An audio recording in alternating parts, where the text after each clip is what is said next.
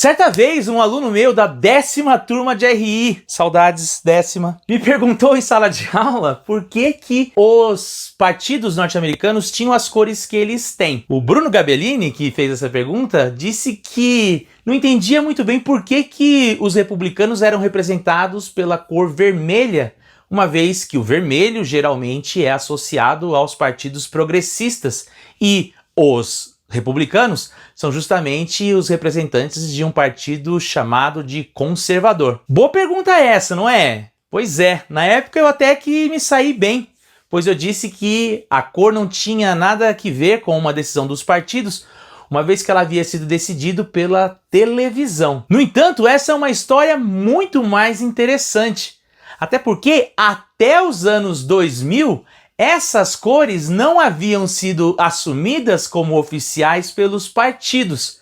E é por isso que eu vou contar direitinho para vocês a partir de agora. Mas você já sabe, não deixe de se inscrever no canal, curtir o vídeo, compartilhar com os amigos e ativar o sininho. Vocês não têm noção e devem ouvir isso em todos os vídeos de canais que vocês acessam por aí. Mas é justamente isso, compartilhamento com os amigos, que faz um canal especialmente de ciência, voltado à divulgação científica, andar para frente. Por isso mesmo, já deixo meu muito obrigado e estamos aí rumo aos 300 inscritos no canal. Valeu pela ajuda e continuem divulgando. Até o ano de 1968, as televisões divulgavam os resultados da eleição usando o sistema de placar eletrônico. Tal partido tem tantos delegados, tal partido tem tal delegados, e assim ficava fixado para que o telespectador pudesse visualizar como andava a apuração. No entanto, quando chega em 1972, a maioria das casas norte-americanas já tinha televisões a cores. E por conta disso, as três principais redes de televisão, a CBS, a NBC e a ABC, decidem fazer a cobertura da eleição a cores. Só que a CBS teve uma ideia um pouco melhor. Ao invés de colocar o placar eletrônico com os números de delegados por cada partido, ela resolveu criar um mapa e nesse mapa pintar cada estado com a cor do partido que vencia a eleição lá naquela região. O mais interessante é que naquela oportunidade, os estados republicanos foram pintados de azul e os estados democratas foram pintados de vermelho, que é o oposto do que nós temos hoje. Hoje, republicanos são vermelho e democratas são azul. A lógica da CBS foi mais ou menos essa. O azul lembrava a cor do uniforme usado pelo Exército da União na Guerra Civil, que era, por sua vez, um exército liderado pelo Partido Republicano. Então, republicanos, azul. Além disso, a azul era a cor do Partido Conservador Inglês, dos Tories, que ainda não nesse momento, mas durante a década de 80 teriam bastante similaridades com o Partido Republicano. Por outro lado, o Partido Democrata estava mais próximo das ideias progressistas e dos partidos de esquerda ao redor do mundo, e por conta disso, a CBS achou interessante dar a cor vermelha a esse partido.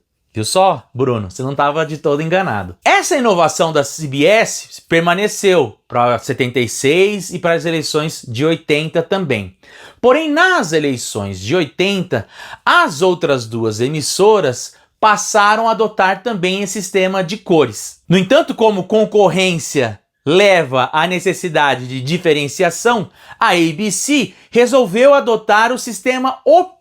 Vermelho para os republicanos e azul para os democratas. Segundo eles, a lógica era a seguinte: Red, vermelho, de Reagan, R com R. Não sei exatamente porquê, mas a partir de 84 também a NBC adota o mesmo padrão de cores da ABC, ficando então vermelho para os republicanos e azul para os democratas. E a CBS manteve o seu sistema de cores original, afinal de contas, ela que havia inventado essa história, não é mesmo? No entanto, quando chega em 96, ela dá o braço a torcer e adota o mesmo formato das outras duas emissoras sob a seguinte prerrogativa: nós estávamos atrapalhando a compreensão da apuração dos resultados. Quando chega a eleição de 2000, isso vai ficar ainda mais nítido, porque nós vamos ter uma eleição extremamente concorrida entre Al Gore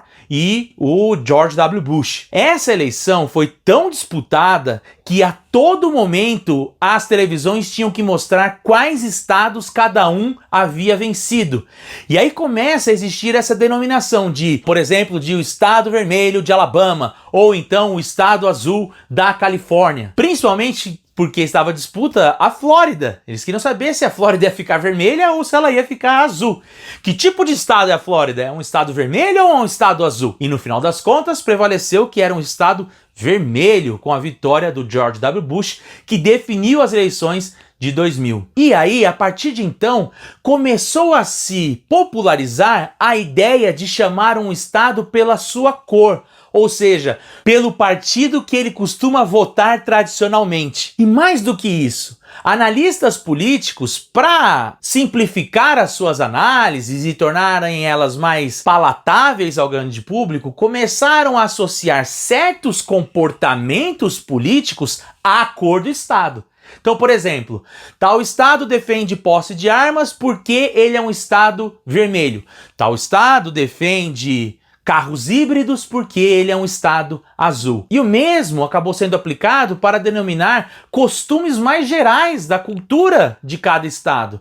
Como, por exemplo, tal estado gosta mais de NASCAR porque ele é um estado azul. Ou tal estado gosta mais de comida orgânica porque ele é um estado vermelho. Ou o contrário. Agora confesso que eu fiquei perdido. Mas vocês entenderam. O interessante é que justamente no meio da pandemia, em toda essa discussão que nós estamos tendo em torno do coronavírus, a imprensa continua usando esse conceito para fazer algumas análises sobre a dimensão do avanço da epidemia pelos Estados Unidos. Se ela afeta mais estados vermelhos ou se ela afeta mais estados azuis.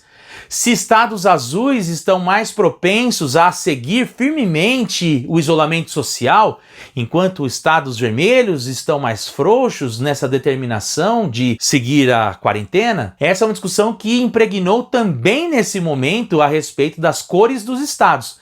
E, por fim, são os partidos que a partir de 2004 começam a aderir a essas cores. Começam a usar essas cores como cores oficiais do partido. É interessante sempre nos primeiros debates que os candidatos vão vestidos com essas cores, ou na gravata vermelha, ou então no vestido azul, e assim por diante. Hillary Clinton, por exemplo, foi em alguns debates vestida de vermelha, como uma espécie de cortesia aos eleitores do Partido Republicano, assim como o próprio Trump usou gravata azul em deferência aos eleitores do Partido Democrata.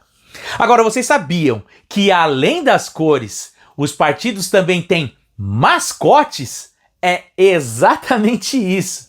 Nem todos os mascotes são oficiais, mas isso existe. Só que eu vou contar isso em um outro vídeo. E para você ficar sabendo qual é o mascote de cada partido, não deixe de continuar seguindo este canal, seja no YouTube ou lá no meu perfil no Instagram.